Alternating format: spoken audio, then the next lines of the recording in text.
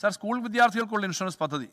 Sir, ഇതുകൂടാതെ കേരളത്തിലെ 1-ാം class മുതൽ 12-ാം ക്ലാസ് വരെ പഠിക്കുന്ന സ്കൂൾ വിദ്യാർത്ഥികൾക്ക് അപകട ലൈഫ് ഇൻഷുറൻസ് ഏർപ്പെടുത്തുകയാണ്.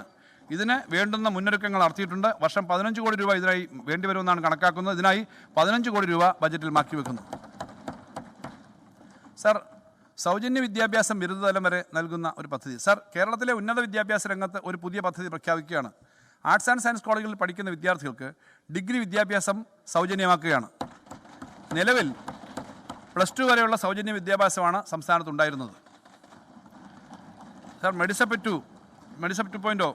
സാർ, കേരളത്തിലെ സർക്കാർ ജീവനക്കാർക്കും പെൻഷൻകാരുമായ 11 ലക്ഷത്തോളം പേർക്കുള്ള ആരോഗ്യ ഇൻഷുറൻസ് പദ്ധതിയാണ് മെഡിസപ്പ്.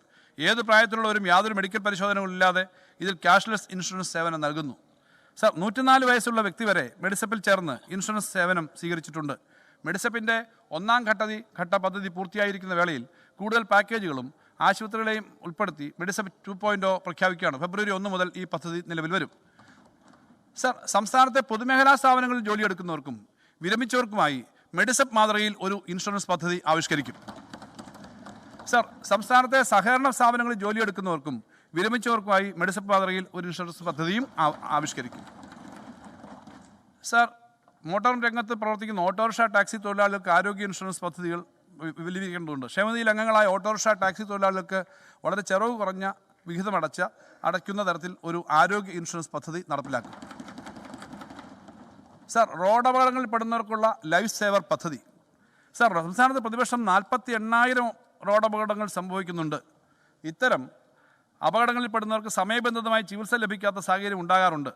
റോഡ് അപകടത്തിൽപ്പെട്ട് ചികിത്സ തേടുന്ന ആളുകൾക്ക് ആദ്യത്തെ 5 ദിവസം പണരഹിത ചികിത്സ നൽകുന്ന ഒരു പദ്ധതി സർക്കാർ പ്രഖ്യാപിക്കുകയാണ്. പദ്ധതിയുടെ കീഴിൽ രജിസ്റ്റർപ്പെട്ട സർക്കാർ ആശുപത്രികളിലും തിരഞ്ഞെടുക്കപ്പെട്ട സ്വകാര്യ ആശുപത്രികളിലും ഈ സൗകര്യം ഉണ്ടാവും. ഇതിനായി ഒരു പദ്ധതി ആവിഷ്കരിച്ച് നടപ്പിലാക്കും. ഈ പദ്ധതിക്കായി സർക്കാർ 15 കോടി രൂപ മാറ്റിവെക്കുന്നു. സാർ, പുതിയ ഒരു ഇൻഷുറൻസ് പദ്ധതി.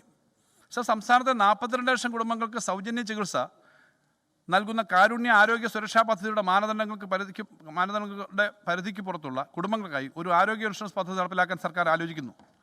താരതമ്യേന ചെറിയ തുക അടച്ച് ചേരാൻ കഴിയുന്ന ഇൻഷുറൻസ് പദ്ധതി ബജറ്റ് വർഷം തന്നെ നടപ്പിലാക്കും. ഇതിനായി 50 കോടി രൂപ വകയിരുത്തുന്നു. ആർട്ടിസാൻസ് മേഖല. സാർ, ആർട്ടിസാൻസ് മേഖലയിൽ തൊഴിലെടുക്കുന്ന നിരവധി ആളുകൾ കേരളത്തിലുണ്ട്. സ്വർണ്ണപ്പണിക്കാർ, ലോഹപ്പണിക്കാർ, കൽപ്പണിക്കാർ, തടിപ്പണിക്കാർ, കരകൗശല തൊഴിലാളികൾ തുടങ്ങി പരമ്പരാഗത തൊഴിലാളികൾ ധാരാളമുള്ള ഈ മേഖലയിലെ തൊഴിലുകളെ സംരക്ഷിക്കുകയും ആധുനികവൽക്കരിക്കുകയും ചെയ്യേണ്ടതുണ്ട്.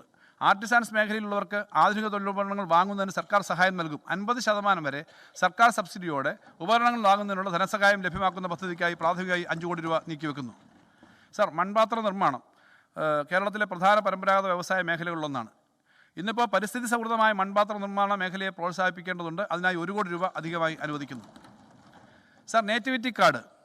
സാർ, രാജ്യത്ത് പൗരത്വ നിയമം നടപ്പിലാക്കാനുള്ള കേന്ദ്ര സർക്കാർ ശ്രമങ്ങളെ കേരള സർക്കാരും ഇടതുപക്ഷ ജനാധിപത്യ മുന്നണിയും അതിശക്തമായി എതിർക്കുകയുണ്ടായി. ഇപ്പോൾ SIR അടിസ്ഥാനത്തിൽ വോട്ടർ പട്ടിക പരിഷ്കരിക്കാനുള്ള നീക്കങ്ങളിൽ ജനങ്ങളിൽ ആശങ്ക വന്നിട്ടുണ്ട്. SIR സംബന്ധിച്ച് ശക്തമായ നിലപാടുകൾ കേരള സർക്കാർ കേന്ദ്രത്തെയും സുപ്രീം കോടതിയെയും അറിയിച്ചിട്ടുണ്ട്. SIR നടപ്പിലാക്കുന്നത് ന്യൂനപക്ഷങ്ങൾ ഉൾപ്പെടെയുള്ള ജനങ്ങൾക്കിടയിൽ വലിയ ആശങ്ക സൃഷ്ടിച്ചിട്ടുണ്ട്.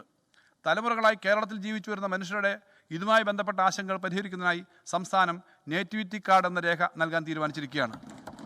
കേരളത്തിലെ എല്ലാ പൗരന്മാർക്കും നേറ്റിവിറ്റി കാർഡുകൾ നൽകുന്നതിനുള്ള നിയമനിർമ്മാണം നടത്താൻ സർക്കാർ തീരുമാനിച്ചിട്ടുണ്ട്. ഇതിൻ്റെ ചെലവുകൾക്കായി പ്രാഥമികമായി 20 കോടി രൂപ നീക്കിവെക്കുന്നു. സാർ, കേരളം ചരിത്രാതീത കാലം മുതൽക്കേ സഹിഷ്ണുതയ്ക്കും സാംസ്കാരിക സമന്വയത്തിനും പേരുകേട്ട നാടാണ്. വിവിധ മതങ്ങളും സംസ്കാരങ്ങളും ഇവിടേക്ക് വന്നു. അവയ്ക്കെല്ലാം വേരോട്ടമുണ്ടായി. പരസ്പര സഹകരണത്തിൻ്റെയും സൗഹൃദത്തിൻ്റെയും അന്തരീക്ഷം എല്ലാ കാലത്തും ഇവിടെ ഉണ്ടായിരുന്നു. ഹിന്ദുമതവും ബുദ്ധമതവും ക്രിസ്തുമതവും ഇസ്ലാം ജൂതമതവുമെല്ലാം ശക്തമായി ഇവിടെ നിലനിന്നു പോന്നു. തരിസാപ്പള്ളി ശാസനവും കരിമാടിക്കുട്ടനും കൊടുങ്ങല്ലൂരിലെ ചേർമാൻ പള്ളിയും കൂനൻകുരിശ സത്യവുമെല്ലാം ചരിത്രത്തിൻ്റെ ശേഷിപ്പുകൾ മാത്രമല്ല, മറിച്ച് ഈ നാടിൻ്റെ സാംസ്കാരിക വൈവിധ്യത്തിൻ്റെ അടയാളങ്ങൾ കൂടിയാണ്. വിവിധ മതങ്ങളെയും സംസ്കാരങ്ങളെയും അംഗീകരിച്ചും ആദരിച്ചുമാണ് ഇന്നത്തെ കേരളത്തിലേക്ക് നാം എത്തിയത്. അയ്യപ്പൻ്റെയും വാവരുടെയും ഐതിഹ്യത്തിൽ പോലും മതസാഹോദര്യത്തിൻ്റെ ഇഴകൾ ചേരുന്നുണ്ട്. ഈ ഐക്യവും സാഹോദര്യവും മറ്റു പല പ്രദേശക്കാർക്കും ചിലപ്പോൾ അത്ഭുതമുളവാക്കിയേക്കാം. കേരളത്തിൻ്റെ ചരിത്രപരമായ ഈ സാഹോദര്യത്തെ ചേർത്ത് നമുക്ക് കൂടുതൽ കരുത്തോടെയും ചൈതന്യത്തോടെയും മുന്നോട്ട് പോകേണ്ടതുണ്ട്. കേരളത്തിൻ്റെ മത സാംസ്കാരിക സാഹോദര്യത്തിൻ്റെ ചരിത്രവും നാൾവഴികളും വിശകലനാത്മകമായി രേഖപ്പെടുത്തേണ്ടതുണ്ട്. ഇതിനായി ഒരു പദ്ധതി നടപ്പിലാക്കാൻ സർക്കാർ ആലോചിക്കുന്നു. അതിനായി ഈ ബജറ്റിൽ 10 കോടി രൂപ വകയിരുത്തുന്നു. സർ, കേരളത്തിലെ നവോത്ഥാന നായകരിൽ ഒരാളും ശ്രീമൂലം പ്രജാസഭയിലെ അംഗവുമായിരുന്ന കാവാരിക്കുളം കണ്ണൻകുമാറിന് തിരുവനന്തപുരം ജില്ലയിൽ നേമം വില്ലേജിൽ ഉചിതമായ ഒരു സ്മാരകവും ലൈബ്രറിയും ഗവേഷണ കേന്ദ്രവും സ്ഥാപിക്കണം എന്നുള്ള ആവശ്യമുണ്ട്. ഏതായാലും അതിനായി 1.5 കോടി രൂപ അനുവദിക്കുന്നു. അയ്യാ വൈകുണ്ഠസ്വാമിക്ക് സ്മാരകം സ്ഥാപിക്കും. അതിനായി 2 കോടി രൂപ വകയിരുത്തുന്നു. സർ, മഹാത്മാഗാന്ധി തൻ്റെ 5ാമത്തെയും അവസാനത്തെയും കേരള സന്ദർശനത്തിലെ അവസാന പൊതുപരിപാടിയിൽ പങ്കെടുത്തത് 1937 ജനുവരി 21 തൃക്കണ്ണമംഗൽ ക്ഷേത്രത്തിലായിരുന്നു. ക്ഷേത്രം എല്ലാ ജാതിക്കാർക്കുമായി തുറന്നു കൊടുക്കുന്നതിനായിരുന്നു ചടങ്ങ്. ഇപ്പോൾ പൊതുമരാമത്ത് വകുപ്പ് ഓഫീസും റെസ്റ്റ് ഹൗസും സ്ഥിതി ചെയ്യുന്ന കൊട്ടാരക്കര മുസാവരി ബംഗ്ലാവിലായിരുന്നു ഗാന്ധിജി വിശ്രമിച്ചത്. ഗാന്ധിജിയുടെ ഓർമ്മകളുള്ള മുസാവരി ബംഗ്ലാവിൽ മഹാത്മാഗാന്ധി പബ്ലിക് ലൈബ്രറിയും ഗാന്ധി സ്മാരകവും സ്ഥാപിക്കാനായിട്ട് ഉദ്ദേശിക്കുന്നു. സർ, യുവജന ക്ലബ്ബുകൾക്ക് പ്രവർത്തന ഗ്രാൻഡ്. സർ, നമ്മുടെ ഗ്രാമങ്ങളിലും നഗരങ്ങളിലും യുവാക്കളുടെ നേതൃത്വത്തിൽ നിരവധി ആർട്സ് ആൻഡ് സ്പോർട്സ് ക്ലബ്ബുകൾ പ്രവർത്തിച്ചിരുന്നു. എന്നാൽ ഇന്ന് പലതിൻ്റെയും പ്രവർത്തനങ്ങൾ മന്ദീഭവിക്കുകയാണ്.